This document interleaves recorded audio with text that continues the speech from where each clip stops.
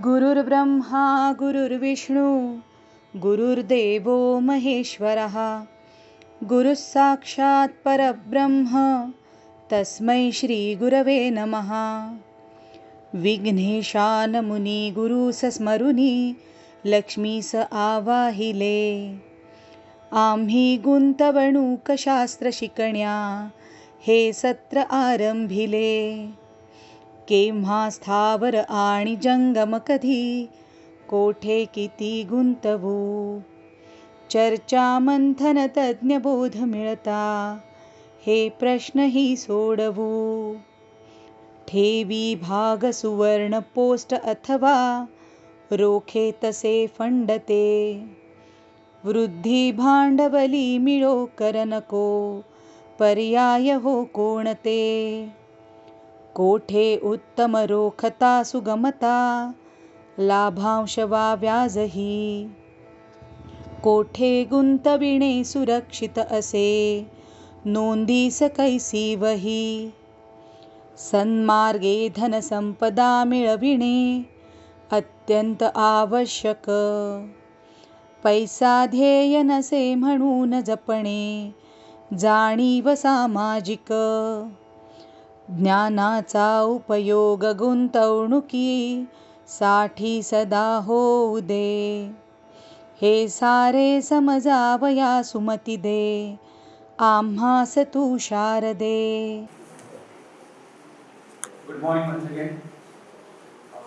Current market scenario has become so dynamic, and week after week you have some news flowing in, which makes our heart palpitate and think twice about what we are going to do in terms of our investment. And so, to answer some of our questions, we have today ICICI Prudential Mutual Fund to answer our questions. We have Mr. Nilesh Prajapati here. He is uh, uh, an investment specialist, and so basically he's going to answer your question in terms of how 2025 looks, and what should be your move in terms of how you should be going about investing, keeping in mind the global issues that are affecting India. Also, we will be covering through the course a bit of products which are in terms of conceptually, actually hybrids and fund of funds, how they have become more beneficial after the changing taxation. So, keeping the tax angle in mind, they are going to cover FOF and the hybrids, and also a bit of on nomination. So, I would like to invite Mr. Nilesh Prajapati. Before I hand over the desk, I will request Mr. Sujeev Vangankar to hand over the movement to.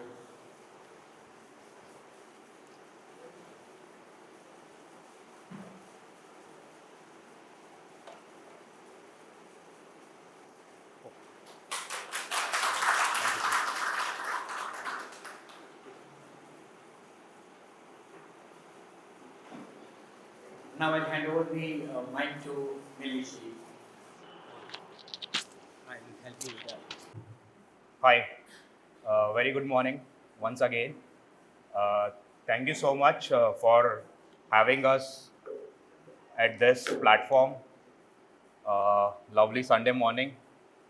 You have given us such a beautiful slot to have a discussion around the market scenarios and what's happening. So, already it's been briefed around, right? Last 3-4 months have been really jittery in terms of the information, in terms of the events which is happening around in the globe, right? So that's our objective today. What are we trying to cover today is very simplified. I'll give you the chart flow or the flow of this full 40-45 minute kind of a session. We'll talk about tariffs. We'll talk about the global uncertainties. We will look both the positives and the negative sides. We'll talk about fear. We'll also talk about the opportunity. We'll compare what's happening globally. Where are we positioned, India, in terms of both growth and uncertainty environment. And also we'll talk about the risk part going ahead in 2025. So that's the whole objective of this session, right? Any specific questions, we will take it post the presentation, right? So I'll quickly move ahead. So just a disclaimer on this, because this is compliance approved presentations, and you know the intensity of flows and data, what has happened, right? So some of the numbers on tariff would be here and there, because you understand that we are talking about Mr. Trump out here, right? Today also, if I make a presentation, by the evening that number would be different, right? So wherever that number is, so I'll try to give you the real picture. What is that number and what is the current scenario, right? So broadly, what are we talking about here is this is the basic reaction, right? What happened on the 2nd of April when the reciprocal tariffs were announced, right? We had seen this globally, what markets reacted, and this is a follow on post the March number. I think it is nothing new, right? The impact is there on all the sectors at that point in time. This is dated as of 2nd of April, right? By the time we are discussing at the end of April, and in couple of days in May, right? Markets have rallied roughly around 10-11% from that levels. So this is very important. A short image which tells us that there are 4 people in the room, right? And they are all blindfolded, and they have never seen an elephant. With their touch and experience at the different body parts of an elephant, they're trying to describe something, right? So someone who's touching the trunk of elephant is feeling like it's a snake, or someone who's touching the tail part, it's feeling like it's a rope, or who's touching down the leg part, it's like something else. The reflection or the perspective of this image is that today, the fear is so high, right? When the fears are high, it's a huge emotion in comparison to the greed. And then we tend to forget the real value and the core factors, what actually makes market lucrative, right? What it tells you is also that the maximum point of returns is the maximum point wherein the uncertainties are too high, right? So if I keep on panicking, I will never be ready to board in the boat at right point in time. Just imagine couple of days back or couple of week back, we were roughly at 20 times multiple, right? Lot of talks that markets will correct, and today, as we discuss, markets in 2 weeks reach to 24,000, 24,000 plus level, right? Very handful people would have took that as an opportunity. So point is, in last 3 months, at least till March 4th, right, when the directional of the market was roughly negative, right, you had a lot of the circulation coming in, flowing across your maybe a WhatsApp community and others, world will end, this will happen and others. And when markets changes the direction, I think today nobody is talking about what's happening on the tariff number. It's only the shift which happens on the sentiment part, right? So let's get into the more nuances of what's happening around. Ideally, what are we assessing is that there are positive sides and there are the negative sides within this scheme of things, right? So if you largely see, you have, what are we talking about? More about tariff, more about the global slowdown, more about the consumption issues, and maybe a new world order, right? This is something which is talked about, but the right part is the opportunities, right? What are those opportunities? The export dependence, this is for India, right? We are lower on terms of export. We are more into the consumption side of economy. We are domestically driven. We are checking what government is putting in the measures right now in the economy, right? And then we talk about the Indian structural story. So when everything is happening around in the same time, right, it is important to understand the positive parts in bits and pieces as well. So we'll try to get into this, right? So what's happened? You see this. This is basically the tariff numbers.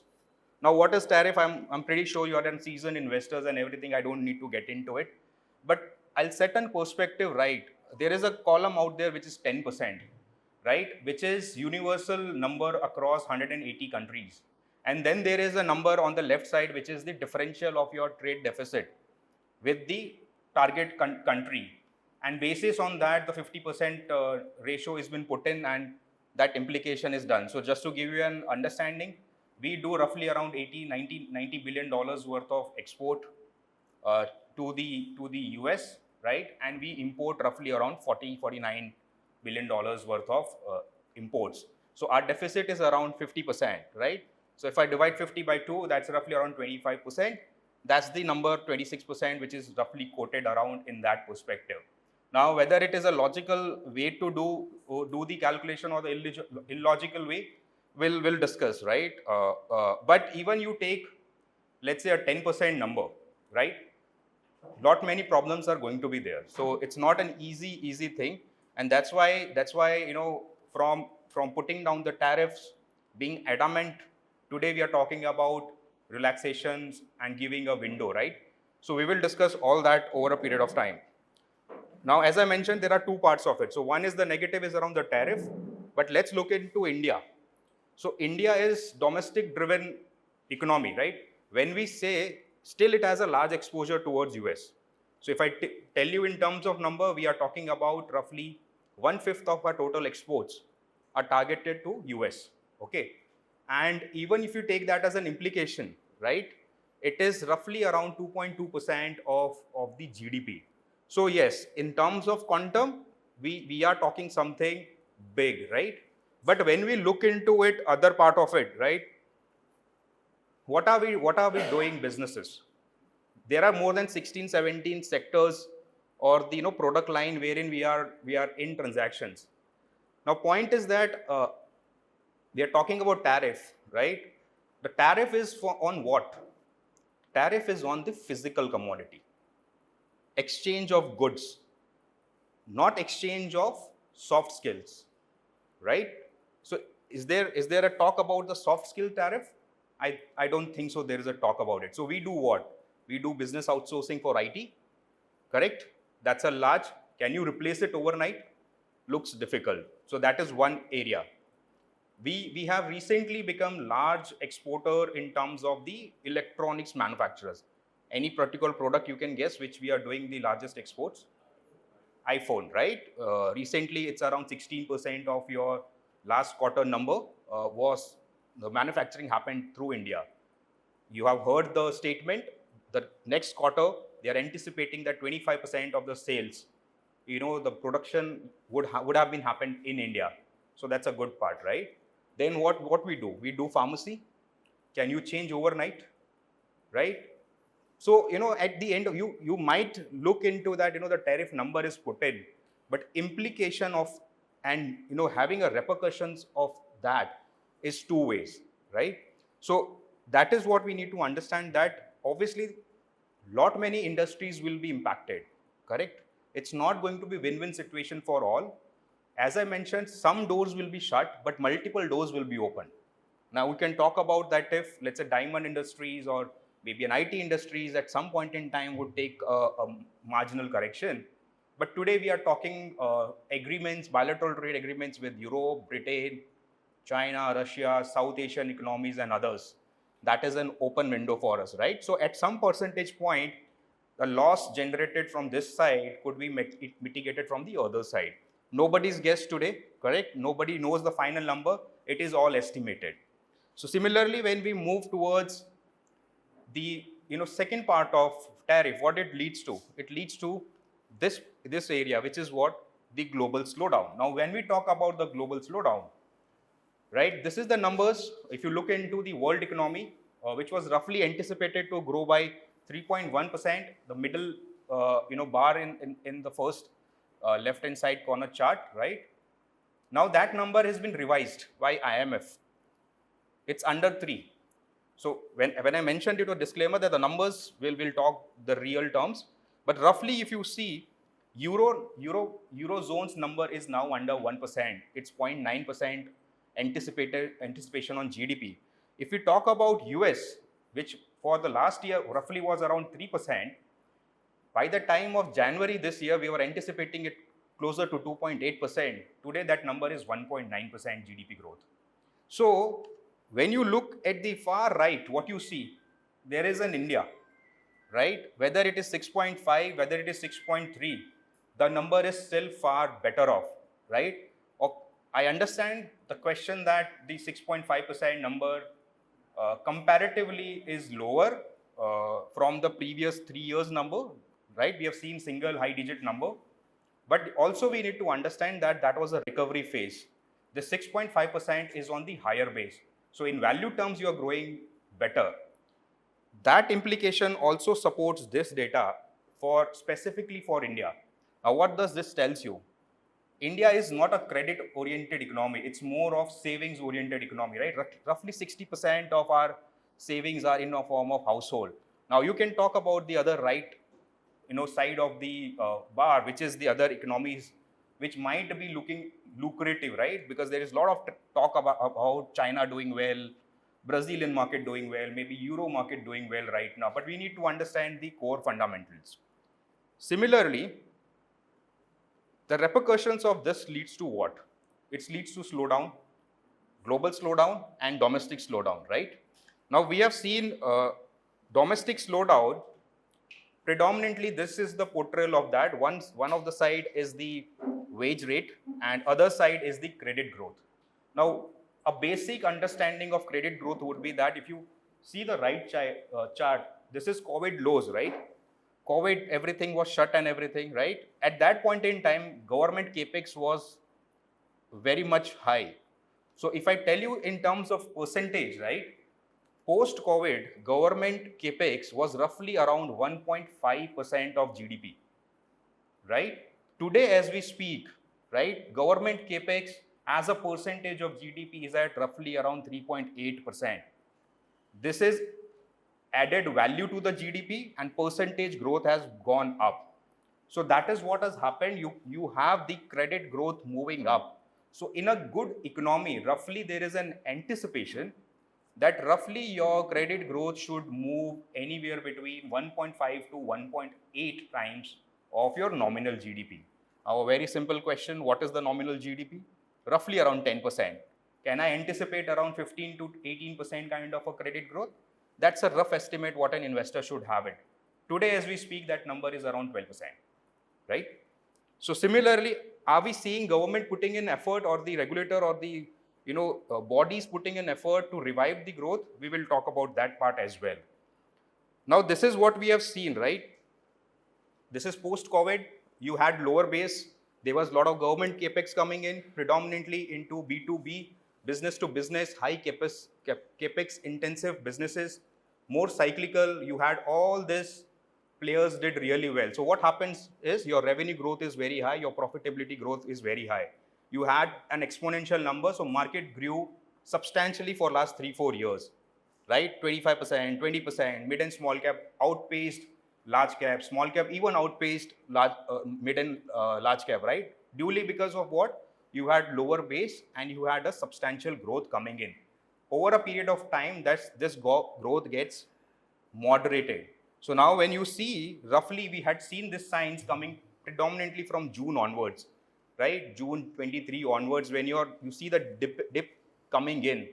And the first sign started coming in the last year, Q1 of FY25, when the GDP started contracting, right? And Q2 was the confirmation onto it, and that's where the market started correcting, right? Now, what is the bodies which is doing right now? A very simple, there is a rebate announcement which has been given, right, in this budget. The anticipation is that we are talking about the consumption part, right? We are talking about the domestic economy part, right? So you need to give some money, some cash in the hand of individual to spend. Now, if that is in a format of whatever, right? Maybe in format of savings or in format of tax savings, correct? It will end up in three ways. Either you will save more, right? Either you will reduce your existing liabilities or you will expend more. Whatever happens, your credit growth improves, right? So that is what over a period of time this full year, we will see that change coming in, right? Now there is another angle to it, right? This is the larger picture what the world is talking about must have been a large fear for you as well, that what is happening around world order, right? So now we are moving from a green period to the red period, right? That is what the world is shifting into. We will have from de-escalation to the escalation part. We are seeing that from globalization to the regionalization, you will have more domestic driven self consumption economy, right, within your boundaries. That is going to get sufficiently, or most important over a period of time. And similarly, we had free trade agreements. Now there is going to be restrictions because of higher tariff. There could be supply chain disturbances, right? And similarly, we are moving from low inflation to maybe a moderate to higher inflation in some of the economies. So this is the change what world order is moving into. When we compare this change globally, what is happening around in terms of India, right? So India is still having the structural story. So what are we trying to gauge is, from the positive sides, there are some negatives. So we will balance it out, right? We will have greed. We will also take fear in part. We will take risk. We will also look into the opportunities part. That's the whole idea, right? Now, when you talk about all this, I think uh, capex, as I mentioned last year, government capex was substantially low because of the general election. So, just to give you a perspective in terms of numbers, roughly from April onwards till November 2024, government did roughly around 66,000 to 70,000 odd crores worth of monthly capex. Okay, this number from December month onwards till March has moved up to 1.1 lakh crore, right? Now, is the reflection coming into this number? Obviously, you can check this numbers through PMI manufacturing index. I think couple of days or yesterday, we have reported PMI number, which is substantially closer to 59. This number in January was closer to 55. So the transmission of capex in the economy happens at a lag. That lag is roughly around 2 to 6 months, right? But are we seeing that signs coming in? The answer is yes, right? And this is what happens. As I mentioned it to you, you see that dip, that is the COVID dip, right? And then you have a sudden spike coming in. This is all your government capex. It's a cycle, right? Once you have a higher government capex, it is followed by a higher consumption kind of a phase, right? So this is where we are moving into. So point is, when we have seen last 3 4 years, right, we have seen a broader correction from, let's say, September onwards till roughly till March, or also in April. We are also moving and we are changing direction in terms of market as well, right? We are no longer in the same era, right? That's what we also need to understand and allocate our portfolios and rebalance our portfolios accordingly.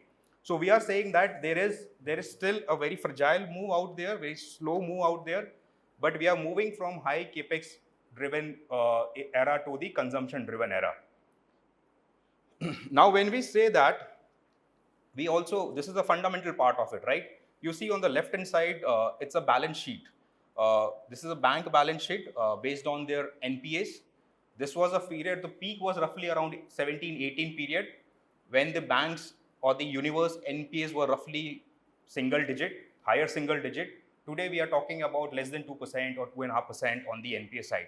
So banks are at a cleaner balance sheet. That's a positive sign what we have. And similarly, what you also see is the corporate debt to the GDP. It's lowest amongst the economy. So the positive part, which is our real fundamentals, are still not shaken up. And similarly, you look into your government debt to GDP also and your household consumption. We are far better in terms of the absolute numbers vis-a-vis to the any other economy around the world.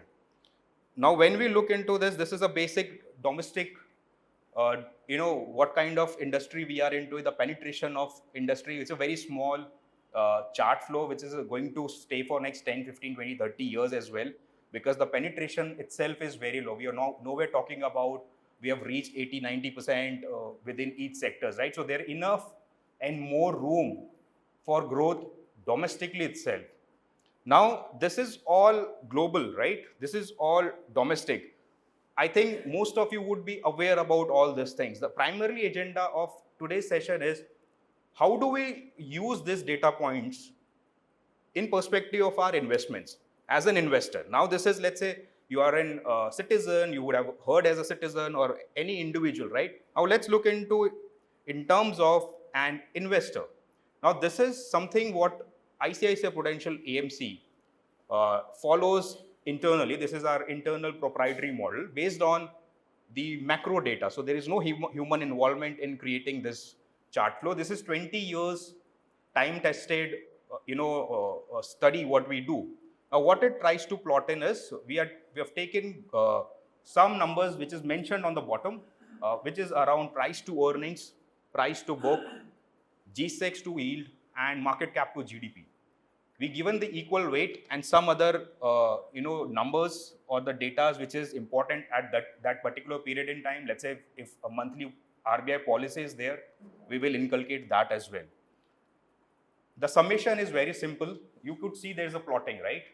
If the plotting is in the green zone, it's a very much attractive stage for investments. And similarly, it moves higher to the red zone, right? We become cautious. Now, point is, everyone wishes that we should get into that green zone, right? And use that as an opportunity. Now, just ask a question. We had seen this happen similarly during 2020, right? We got that zone, but that happened when? That happened when there was extreme panic. You get dirt cheap valuation when there is an extreme panic. So extreme panic gives you extremely cheap valuation. Today, as we discussed, is the panic extreme? Yes, there's uncertainties which is around, I agree. But is it, the panic is too high? It's not, it's moderate, correct? In a moderate kind of a panic, you don't get cheap valuation, right? So that's where we don't try to get into catching the bottoms and all those stuff. It's going to be a moderate valuation kind of a phase. So we should look into the perspective of investment with moderate valuation, not very cheap valuation. Similarly, this is also an concerning point, right? When we look into the ownership today, right? I think from 2021 onwards till today, the ownership of individual investor in large cap category is still not moved up. In fact, it has gone down. The ownership in mid and small cap have certainly moved up. Now, the concerning point is the earnings and the valuation gap of mid cap and small cap is not matching, right? So today we are talking about the risk. Risk is that my earnings might get delayed by a quarter, maybe couple of quarters, maybe even a half yearly, right? I really don't know. If my earnings have been missed even for one quarter, the higher the P multiples, higher the chances of having a derating part. So the percentage you miss on a single earnings, you will have a crackdown on your stock basket. So wherever your valuation gap and your price gap is too high, you will have that brunt coming in. And that's the problem, because today the investors' portfolios are aligned. This is not my data, this is universal data. It tells you the alignment where it is, right? Now you can also relate it very precisely, because market started correcting from April to April of last year itself. So April till June, July, right, when your general elections were there, it was not the majority of government coming into it, right? We lost that majority mark, right? And that's where market corrected on that particular day. What it gave the idea to the market is that the capex driven ideology will be pushed back, and there would be a lot of freebies. So all your capex driven sectors started correcting. Now that was the period when quarter one earnings were also weak, right? And then it translated into the correction of large cap from roughly September month to December month, right? Most of the investors felt brunt from January to February. Why? Because from January to February, large cap only corrected 2.5% or 3%, wherein mid and small cap corrected by 18 to 22%. And that is where the higher exposure was out here. And most of the investor portfolios have trimmed down in last 2.5 months, roughly from January to March period. This is all basic data around the flows and everything. I think I don't need to get into this. Similarly, this is data as on 7th, right? So from that to today, a month's story, markets have retraced back. But very important point to understand within this data point is, this is the data for top 3 indices, right? 92% of the universe has corrected more than this indices. So if a Nifty kind of an investor you are, right, maybe 13-14% on Nifty correction, your portfolios would have corrected far higher than that particular number. That is what the broad-based correction looks like, and that is where the major change in trend happens. Summary is very simple, right? Global looks slightly weak. There is concern, but internally we do not feel a challenge right now. At 6.5, 6.3% kind of a GDP, with a lot of impetus given by regulators, government, I think it's going to be adding a value over a period of time. This is slightly about equities. We'll also talk about debt, right? What's happening around debt as a space, because it's a very interesting subject to discuss. Very simple. This is your 10-year GSEC, right? Roughly, you could see today it's roughly around 6.35. This number is slightly dated 31st March. If I include April number as well, so instead of 6.6, what you see the last print out here, the 10-year GSEC has moved closer to 6.35. Now, very important assessment is that now we had seen the RBI policy coming out, right? And it has cut 2 consecutive rates. We are anticipating another 25 basis point rate cut in June policies, and maybe another 25 basis point rate cut in the remaining calendar year. We'll tell you why and everything. Now, this is slightly important to get back into the history part, because we discussed that the credit growth is very important, right? Today, we are at roughly around 12%. In a good side, it should be around 17 to 20% as well, right? But when you see the chart flow, right, 2022-2023 period was the period wherein RBI started sucking the liquidity out of the economy, right? And the growth, which was growing around 15-16% for NBFCs, and consolidated roughly around 17 to 22% for BFSI, it contracted back to 7% for NBFCs and consolidated 10%. What it led is a lot of liquidities were pulled out. Okay, lot of measures. So you could relate that couple of quarters back, at least 4 or 5 quarters back, RBI came out and flagged the concern that the unsecured business or the lending is a concern area, right? And that is where a lot of risk weights were given, and banks were forced to reduce that lending, and that ultimately led to what? Slowdown into the economy. Now, when we see the last path, there's a change which has happened. Now, this change needs to be understood very well, because rate cuts and rate hike and rate pause is one of the thing, but change of stance is very important. Now, RBI has changed the stance from neutral to accommodative. Now, when we say neutral, the objective of RBI is to look into the data, and if inflation is high, frame a policy accordingly. If growth is high or growth is low, frame a policy accordingly. So, in a neutral stage, RBI is open to take 3 decisions: rate hike, rate pause, rate cut. So, markets tend to always guess what's going to happen, right?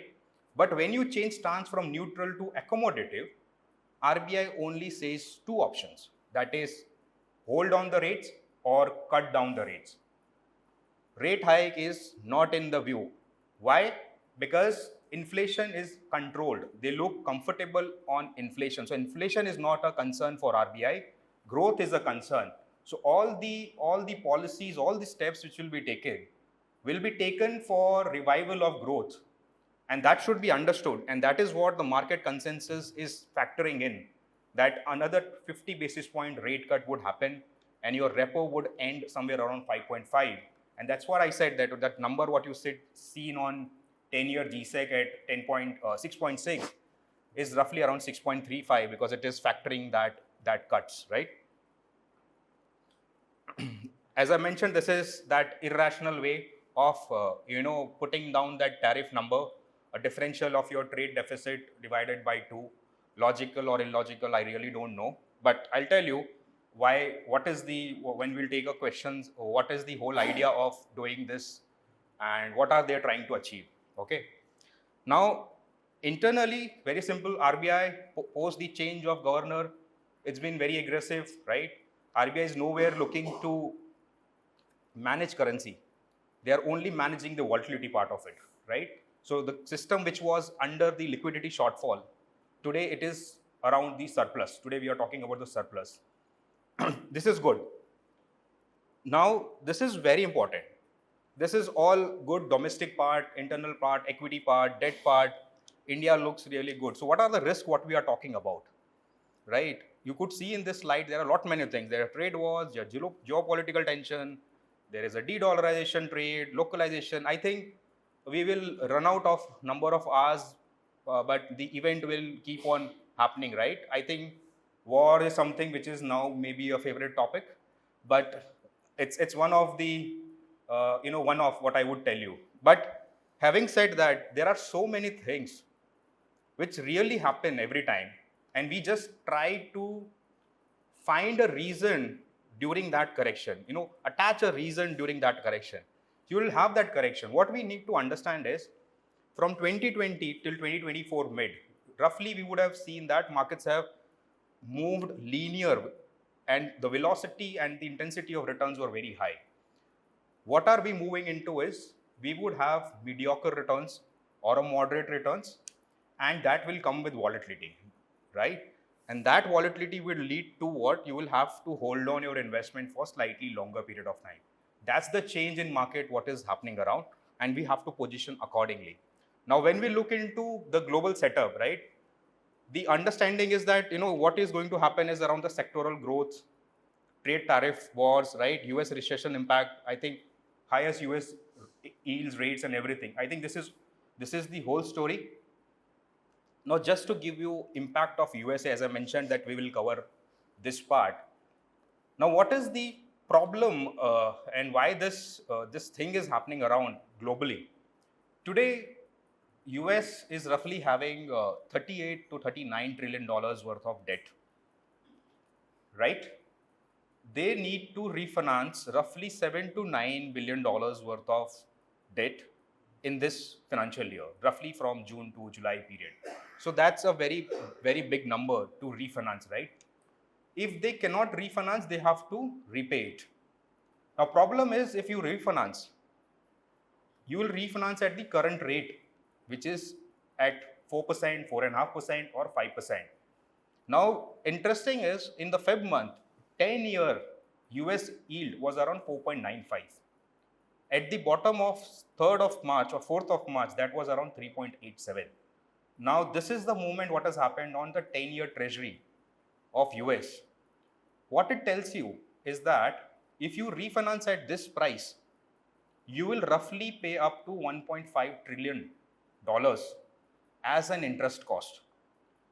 Now, we need to understand the size of problem, right? This is the number which is roughly 1/3 or 1/4 of India's economy, correct? That is the size of a problem.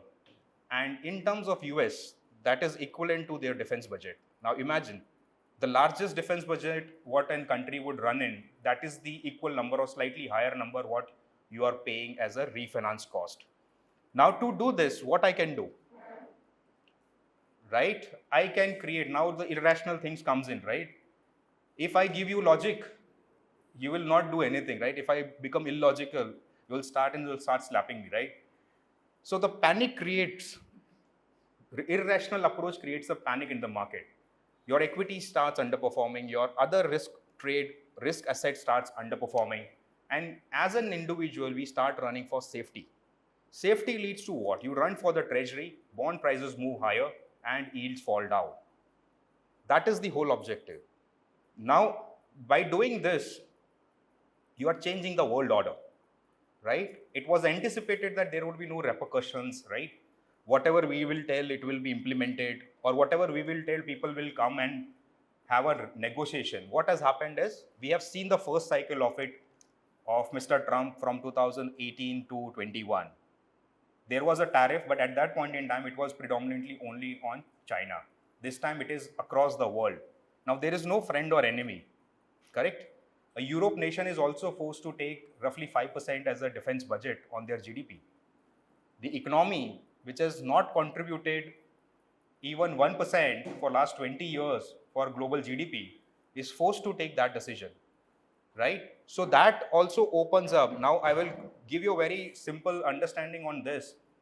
Post the Russia-Ukraine war, I think there was a famous quote from Mr. Our economic affair minister, right, Mr. Jai Shankar, that Europe's problem is world problem and world problem is not Europe's problem. You remember that? It was forced that India should take a side of either Russia or Ukraine, correct? Today, that Europe is looking to have a bilateral trade agreement with India as an European Union as well as Britain. So what is this? This is an opportunity which also opens up, right? But we are seeing that reflection coming into it. The global trade, you could see from the early 2000 till roughly 2008 was a period when China entered into the WTO agreements, right? So world order change, your growth was exponential in terms of your world trade. Then you had GFC, global financial crisis. It led to slowdown. Post that, it had a moderate recovery. Then you again had a correction phase. That correction phase led to what? 2017-18 period, Trump's first tenure, Twitter tweets coming in, tariff numbers coming in. That is the tariff era. Your growth also, trade, global trade also get, migrated domestically. And that also we are seeing in the FDI numbers. Because to put in FDI, it's a long-term commitment. If there is instability, the long-term commitment is missing, right? So it is still very zigzag, but you could see the larger trend, right? Similarly, you have this MOVE index. It's a Merrill Lynch option volatility estimate index. Just to give you a very rough sense about it, what it tells you, higher the number on the upside tells you that you will have higher volatility on US Treasury. Okay, so you could see on the right hand side how the treasuries are moving in US. Now understand as a point that today we are holding roughly around $680-690 billion worth of reserves held by RBI is in format of dollars, right? So because dollar is pegged again the gold and it's a universal currency. Today, if dollar becomes unstable or treasury becomes unstable, what are you looking out for? You will look out for directly gold, right? So that's the trade which is happening around right now. And we have seen that implication post Russia-Ukraine war as well, that they freeze down their assets. So today, when you look into these policies, there is not a policy which is framed for friends or enemy. It is across the globe, right? So you are forced to take that de-dollarization kind of trade as well. Having said that, where are we currently in terms of India? I think these are basic large macro number. Relatively, it looks better off, right? Our CAD is in control. Our fiscal deficit is under control. Even if we take that 1 lakh rebate which is given by government through the tax cuts, right? There is another mode wherein they could recoup some portion of it. Recently, they have increased the subsidies or the custom duties on crude. Anticipation is that they would able to recover roughly around 32,000 to 40,000 crore from that transaction itself, right? So maybe when crude corrects, you will not have the prices of petrol, diesel coming down, and also when crude goes up, you will not have a higher incremental number on the final end consumer prices. Whatever will happen, it will be used to compensate the losses what these companies face during that phase. So I think government will be able to compensate some part of it, considering that the larger parameter looks very much okay. So when I look into this, right, should I consider this market fall as a panic, or should I look into this as an opportunity? Right? So if there is an extreme fear, right, what should I look into it? I should look into this as an opportunity rather than fearing around and talking about the uncertain part. See, nobody knows what is going to happen tonight, right, in that terms. But at the end of the day, one thing is certain, that world is not going to end, right? If your asset allocation is in right place, today or tomorrow you'll still make decent bet on it, right?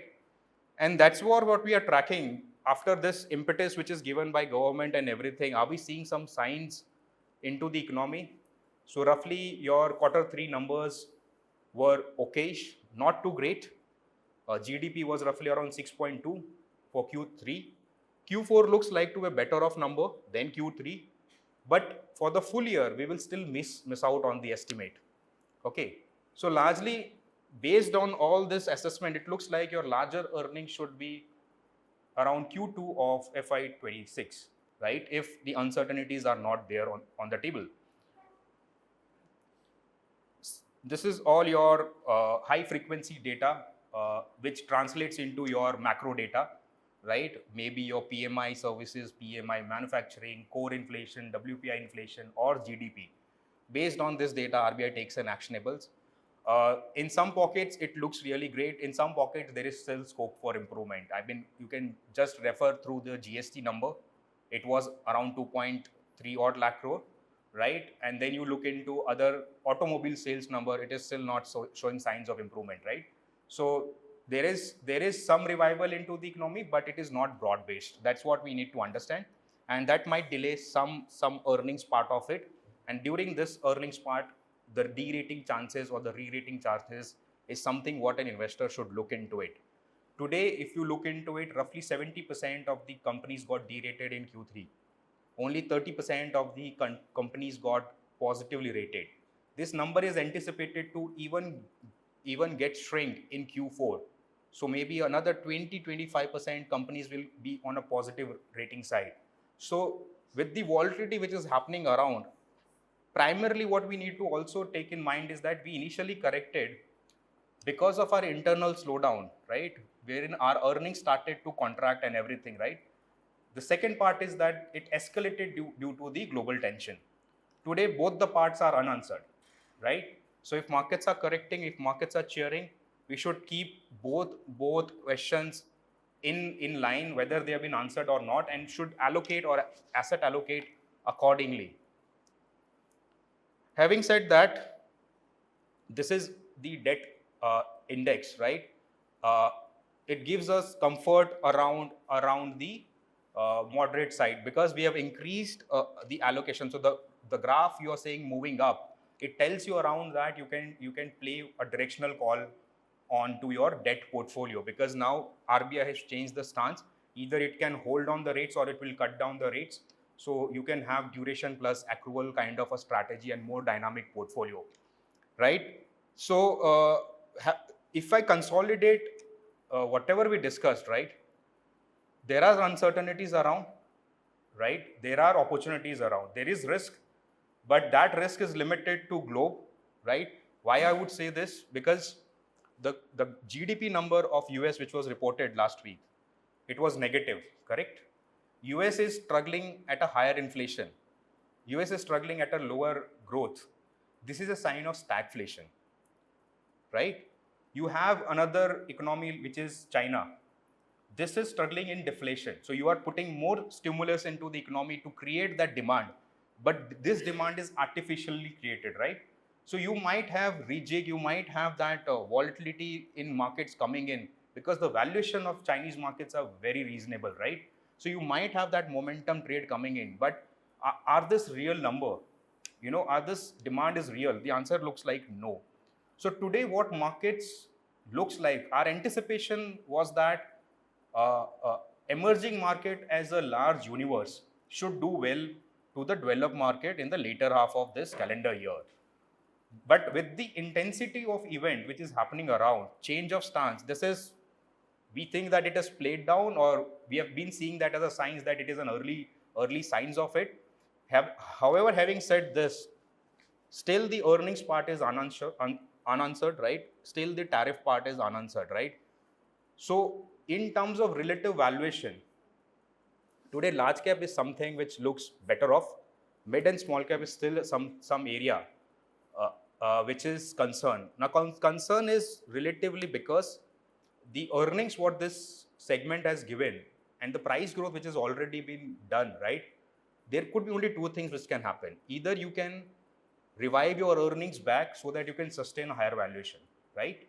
Or else if your earnings are not coming onto the table, you will have the contraction onto the prices. So today we are in the uncertain environment. You listen, you hear around the IT companies result which is happening around, maybe IT, Wipro, Infosys, TCS, whatever you hear around the commentary, they have cut down the growth guidance. You talk about most of the pharmaceutical, right? They are uncertain. You talk about automobile company, they've shut down their business or either stopped their businesses in US.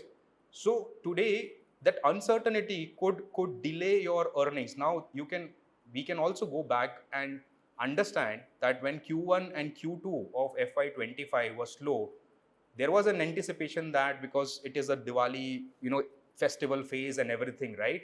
Q3 would be a better number. It wasn't, right? It escalated duly because of the global tension.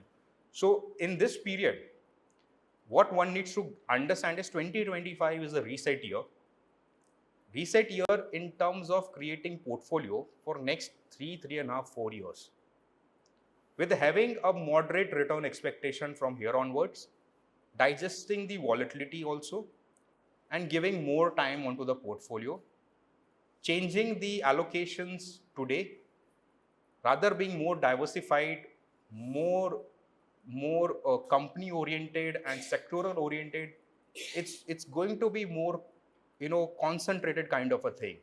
So if I tell you in terms of ICICI AMC, whatever we are doing today is only on the controllable part, because uncontrollable is that we don't know what Mr. Trump is going to do, right? The controllable part is predominantly on three vectors. One is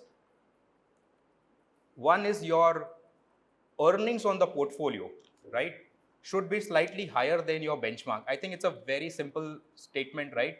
My quality of company should grow more than the benchmark, right? However, the other two parameters are very important. I need to get into the companies wherein the relative valuation comfort is there. Now, what does relative valuation means? Relative valuation means, in a sense, there is no recommendation on buy or sell on this particular thing. I'm just giving you an example around it. Let's say that large caps have underperformed mid and small cap for last 3-4 years, right? When you look within large caps, you have BFSI as a segment which has underperformed large caps itself. Now, BFSI, which holds roughly around 35% of the weightage, right? At some point of time, it will come to the par valuation and also it will come to the expensive valuation, right? Today, we are talking about BFSI valuation at 13, 14 times. Nifty is today is roughly around 22 times. At 22,000 level, it was roughly around under 20. So at a higher growth, this banks which is available at 3 multiples, 4 multiples, it would demand 3.5 to 4.5 multiple as well. So that is what relative valuation is, right? But that does not guarantee you that during the volatility phase it will not correct. So my comfort is slightly higher because of relative valuation. And third and very important point, what are we considering is the de-rating part of the portfolio and the re-rating part of the portfolio. I am looking at portfolio wherein there should be least or the lesser probability of de-rating. So when you combine this, if the volatility is going to be there for next 2 months, 3 months or 6 months, I will utilize that as an opportunity to build in quality portfolio with an idea of next 3.5, 4 years. Rather than looking this as in panic and reacting in that perspective, because the long-term Indian structural story is intact. It's a marathon, what has happened. When you run a marathon, you either sprint at some point in time, you either take a pause, you either relax, and either you will have a step walk as well, right? So I think sprint was a phase from post-COVID till 2024. We might have a slow walk from here onwards. And again, maybe over a period of time, we will again catch up. So the marathon story is still intact. And that is where ICICI AMC's view is. As specifically mentioned, in this kind of a market, hybrids is something which really helps for investors who are conservative. Also, fund of fund is a new mode in terms of the post this budgetary announcements and everything, right? At 12.5% taxation after 24 months. For an investor who does not want to get into sectoral bets, does not want to allocate equity and debt, does not want to time into it, right? And want a dynamically managed funds. I think fund of fund is something which gives you that as an option. And relatively in terms of the part which is around the nominee or anything which is related to your investments, I think we should be slightly more aware with regards to the transitory part. Most of our investments are now digital or physical, right? We do not have most of the investment which is in the physical format. And today, when you look around your new generations, right, they have a different aspect altogether. So having your asset which you have created over a long period of your time, right, a nominee or a legal hire or should be in place. Just check yourselves all your investments wherever that is missing. Just tick mark it. I think we are good to go. That's it from my side. The forum is open for the question and answers. Thank you.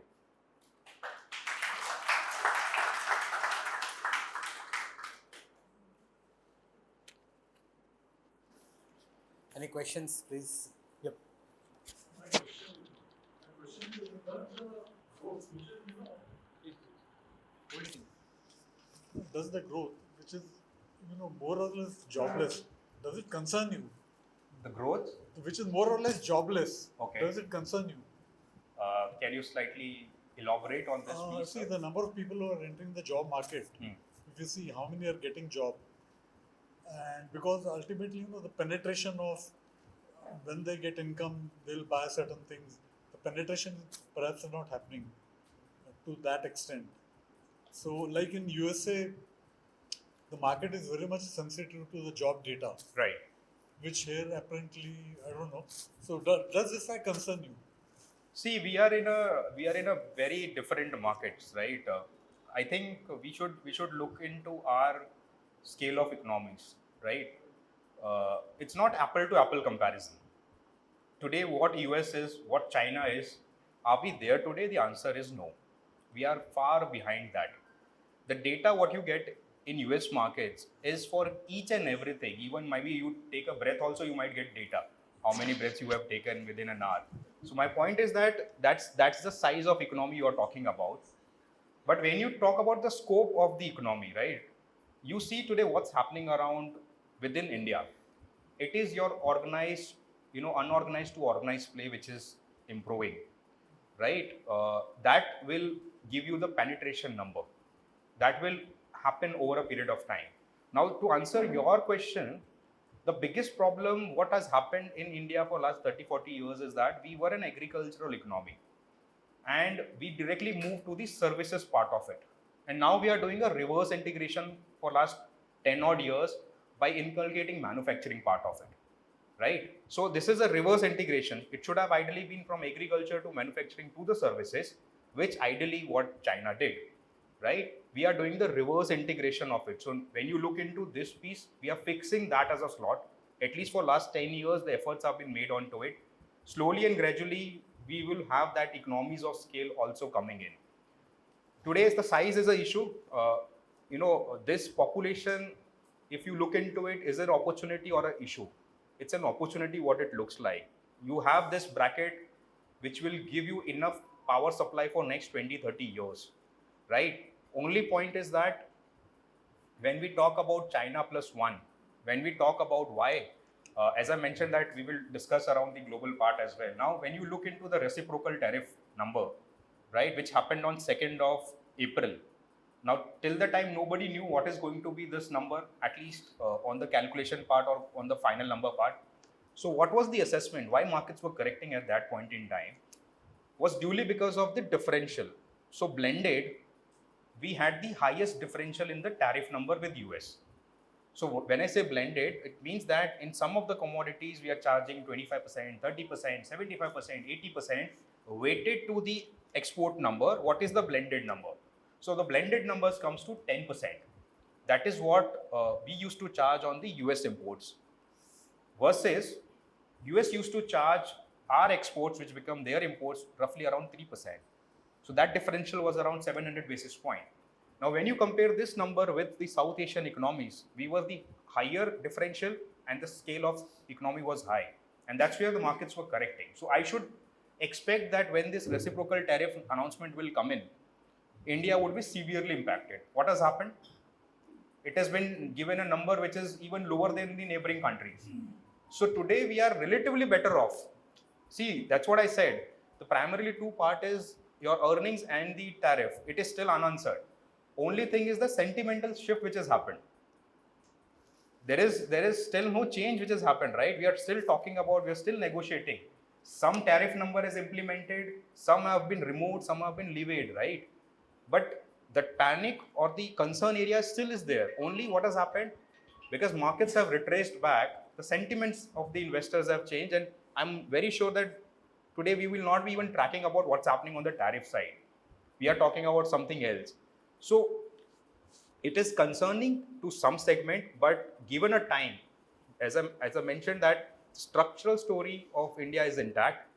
We are doing bits and pieces, and I think that is very good for Indian market, which is around under 6% penetration, right? If you compare with US and some of other large countries, they are at far, far higher numbers. So we have enough and more room to reach that. And absolutely over a long period of time, India is completely yes for investment. There is no doubt about it.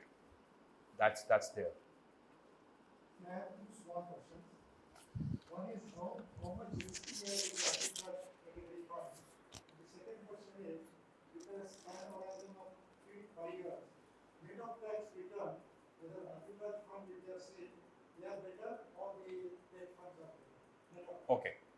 So arbitrage fund is a basically non-directional product, right? We take a hedge onto it, correct? Now arbitrage is what you buy a product and you sell a product within that particular category. It's a spread eating product, right? Higher the spread, higher would be my returns. And to get higher spread, what I need is higher volatility.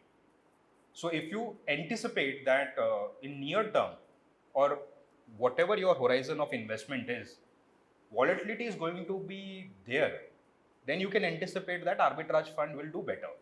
Now, arbitrage funds are not an absolute return funds because your returns will generate based on the spreads. So some months you will have a 55 basis point, 60 basis point, 65 basis point. So consolidated you will end up making 7.4, 7.5, 7.6. So this number will vary. Now arbitrage fund will give you it will give you a equity taxation, right? So if you hold in for more than a year, it qualifies for an equity taxation at 12.5%. In comparison to your debt, right? Debt is something which will give you an absolute number. Like an absolute number in a gilt kind of a fund or a target maturity fund is pretty defined. Most of the other funds wherein you are dynamically managed, right? Whether it is based on the duration strategy or the accrual strategy, you will still get a number into it. So if you are in a higher tax bracket at a marginal taxation, right? I think most of the debt funds are now around 7.5 on YTMs. It's around 7.3 to 7.5 on the YTMs. So if you take 30% out of it, considering that you would be falling on that bracket, we are talking about 2% removal. So we are talking about 5% or 5.2%. So post-tax number at 5%, maybe yes, maybe not. I would look into it. So rather than playing for the long duration onto the pure debt funds, I think today it's an ideal position to have debt portfolios which have 1 to 3 years modified duration, right?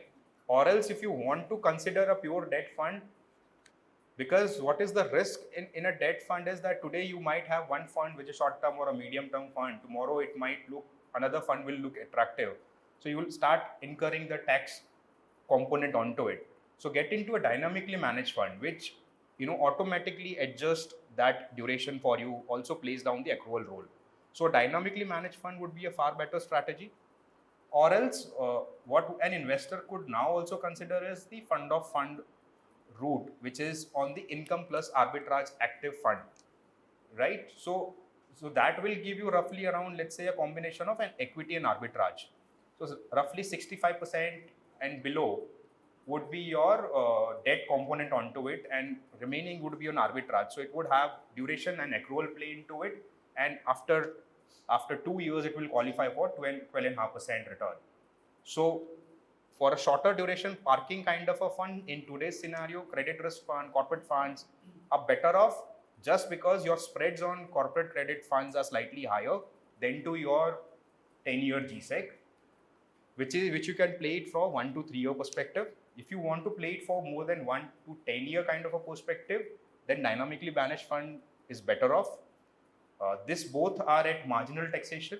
If you want to have better off in terms of the tax component and you want some comfort, then debt plus arbitrage on income plus active arbitrage fund after 2 years makes sense. That I would recommend it onto it. Arbitrage, as I mentioned, you need to time in your volatilities. Yes. So I think I can give you an understanding that in the first tenure of Mr. Trump, right, from 2017-18 till 21, obviously at that point in time, the X, which was erstwhile Twitter, right, we used to have these tweets coming in every morning, the market used to react, right? So at that point in time, the volatility was very high, but when you look in terms of the market return, market gave roughly around 70% absolute return on Dow. So if volatility is going to be there, right, and if Mr. Trump is there for next 5 years, 4.5 years, you can anticipate volatility is going to be there. I've already shown you the chart onto the Merrill Lynch move index, which has moved higher. So if the treasury itself is going to become volatile, today you're talking about de-dollarization part, right? Your assets are moving from dollar to physical gold or at least gold, right? So this will create an uncertainty. So market will have volatility factors. So arbitrage should do well, but don't consider it as an absolute return fund. Yeah. Some mutual funds, like in small cap, basically they were doing well for the last 1 or 2 years before that. Yeah. But now their returns are coming negative. Should the shift continue or should we stop the shift? See, specifically for small cap, right? If you have pure small cap portfolio, right, what you need to understand is there is roughly around, I'll show you one chart. I think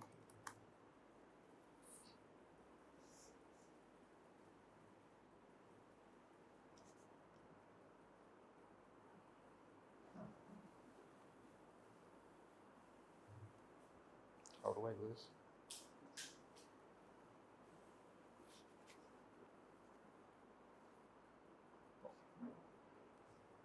You're seeing this. So this is the concerning point when we look into it, right? What we have is post-COVID calendar year performance on the extreme left, large cap, mid cap, and small cap, which is on your earnings growth, EPS growth. Then you have a second segment which is around the price growth, right? And then you have the third segment which is on the PE re-rating and de-rating part. Now this data is largely till 31st of December before the small and mid cap correction which happened post December, right? What was the idea? It was very simple. When you look into the last column, which is CY24, what you see is from large cap, your EPS growth was roughly around 13% to 15%. So EPS growth on large cap actually moved up. Now you relate that. The percentage holding of market cap across the investor portfolio for large cap has actually moved down, and it has moved up to mid and small cap, right? Similarly, when you look into the mid cap earnings have moved up by only 5%, right? Now, out of 5%, your price have moved up by 24%, right? Which is on a follow-up of 44%. You see this number? So, 23, you had roughly 44% growth on the price terms at a roughly 20% earnings growth. The earnings dipped down to 5% for that calendar year. You still had that 25% additional price growth on mid cap. Slightly more concerning for mid cap than to the small cap. Now this is the risk what an investors or the portfolios are sitting on is the valuation part is roughly around 17% on broad index itself. Now, however, we have seen from December to roughly in 3rd of March or 4th of March, markets corrected roughly 18 to 22% on mid and small cap. So that correction is done, right? But valuation are still very expensive. Now that earnings, which was at 5%, it is now at single lower digit to 1 or 2%. So when you ask that if you have a pure small cap kind of a fund, today you should have at least more than 7 to 8 years horizon. That is the minimum horizon what an investor should carry on a pure small cap fund. Now things can turn maybe in 2 years, 3 years, as I mentioned into you. My only concern is that the earnings part. If you give me that earnings instead of 5 to 15 or 20, the valuations are sustainable. It will give you the same narrative which was there 4 quarters back. India's valuations are expensive, but it is supported by the earnings. Today, that support of earnings is missing. So if that support comes in, maybe a higher valuation would look relatively okay. Today, that is not there. So in that sense, investors should have a larger horizon, yes. And it's a SIP, you should definitely hold on to it. What's your view on the defense sector fund? Sir, I'll tell you, my dad was a retired army officer, so I will give you a very simple understanding. Only point is that if you ask me in terms of the growth of the sector, it's a very beautiful sector to be there. We do not have any coverage onto it, right? I will give you a consensus idea. Only thing is the price-wise comfort is not there, right? So the PE on the portfolios are very expensive.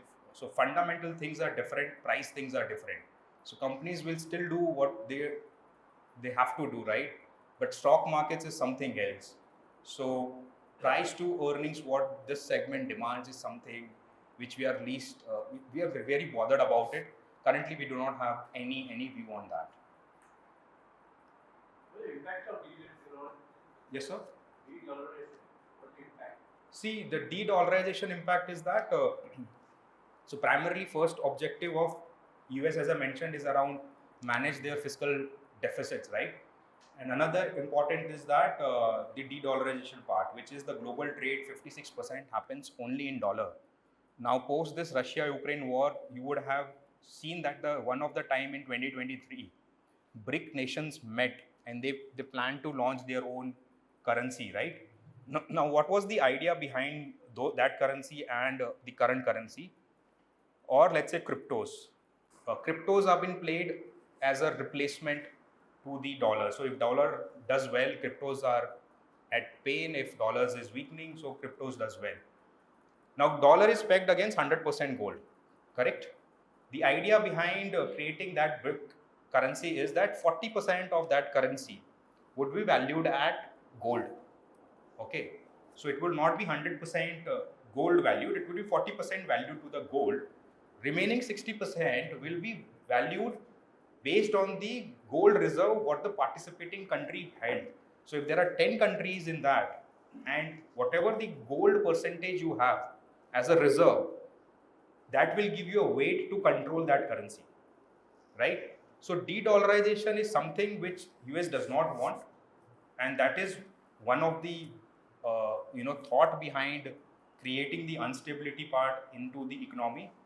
But it looks like it is evident there is a signs which is already happening around that world is moving somewhere else. One also needs to digest the fact that it is not something which will happen overnight. The current world order which has been in place, it has been placed for last almost 4 decades. So the change which has happened, so what you can understand in relative terms is that the safety what US had roughly 6 months, 9 months or 12 months back in terms of their dollar reserves or treasuries, right? The safest haven what was understood, today it is the epicenter of uncertainty. Correct? Imagine in a sense that today what $700 billion worth of RBI reserves we hold, it is largely in the form of dollar. So tomorrow if we do not have good signs, US might sanction us. So what is the value of that thing? Also you can go back into the history and understand that there was one period wherein dollar, when the gold was there, gold was revalued, it was devalued, right? So if that is the scenario, ultimately countries would not like to be in that situation. And that's what I said, if there is some door which is getting closed, larger doors will also get opened up, which is through your bilateral trade agreements and others. And we have been doing this, I mean, for last 2-3 years. You can also go into that post Russia Ukraine war, we have been importing crude from Russia. Roughly 38% of our crude which is coming on our requirement is coming from Russia, but that trade is happening in ruble, not in dollar. There are lot many economies in South Asia, in GCC, right, We are buying crude from Iran, Saudi Arabia, but that is happening in rupee. So, and you can also talk about our UPI payment system. This is integrated. We do not, and now it is the integration which is happening. It is integration which is happening with some of the world economies. So we are also taking small steps in a way, but that step is small baby steps right now. So de-dollarization will come in, and that's what US does not want, and that's what is happening in the global stage right now. So you talked about small caps, right, and charities. So are you suggesting to move into large cap debt or hybrid? That's what I'm understanding. See,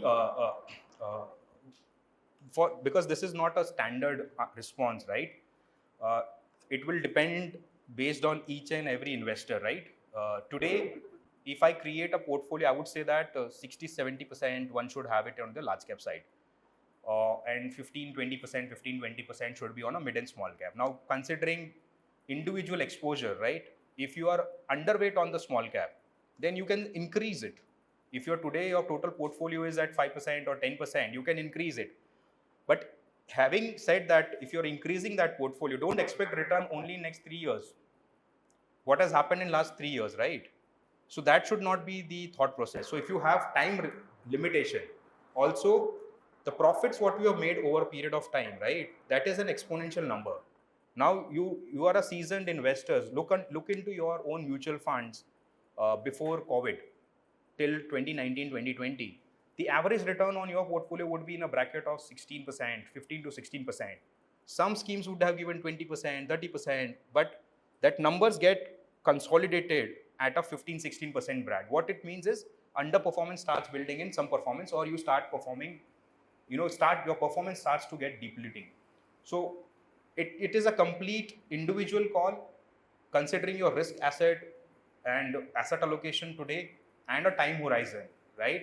If the time horizon is less than 3 years, then definitely you should move your allocations toward large caps and hybrid. If time is not constrained, volatility is not a constraint, you have 3 to 5 years for large cap, 7+ years for mid and small cap, then you can continue holding on to it. But asset allocation is something what you need to have it.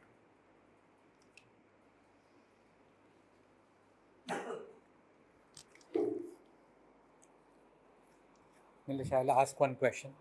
Yes. So you have a proprietary model and which right now indicates that you are in neutral zone. Yeah. Then what gives you that optimism that markets will do well from that So that perspective? neutral zone, just a second, I'll read.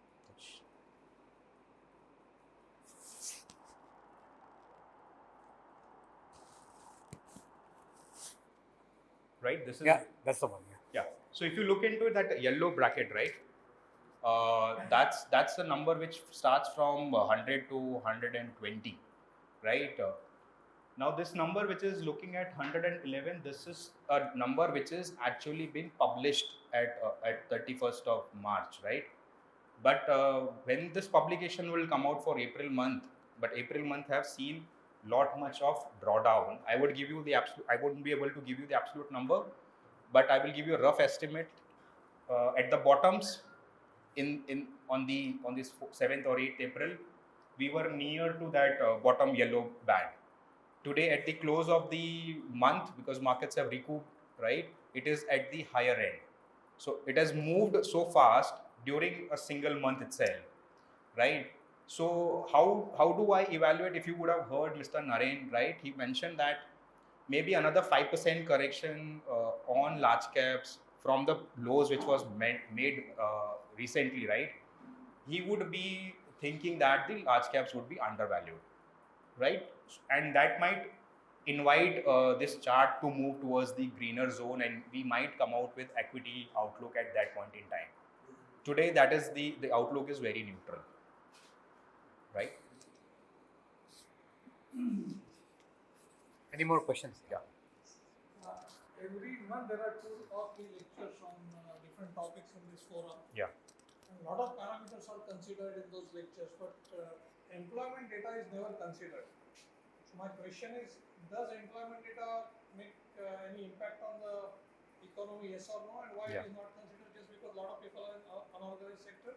No, we do have coverage on this. I did a small part of it. So you see here,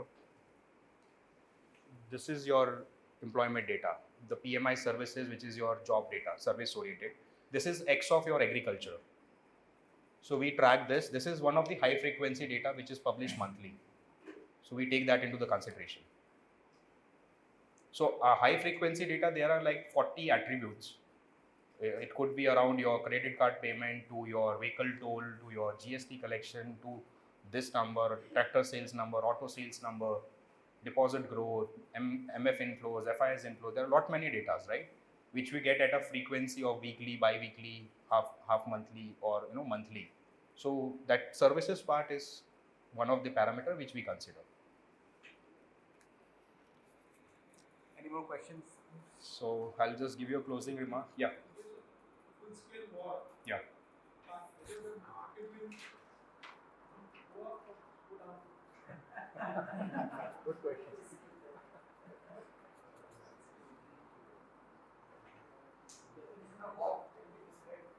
So this is not our representation on the data. This is from the one of the universe. I would tell you that from last 20 years, I have not seen a single year. War is just like a New Year resolution, right? What we need to understand is that are our fundamentals getting impacted, right?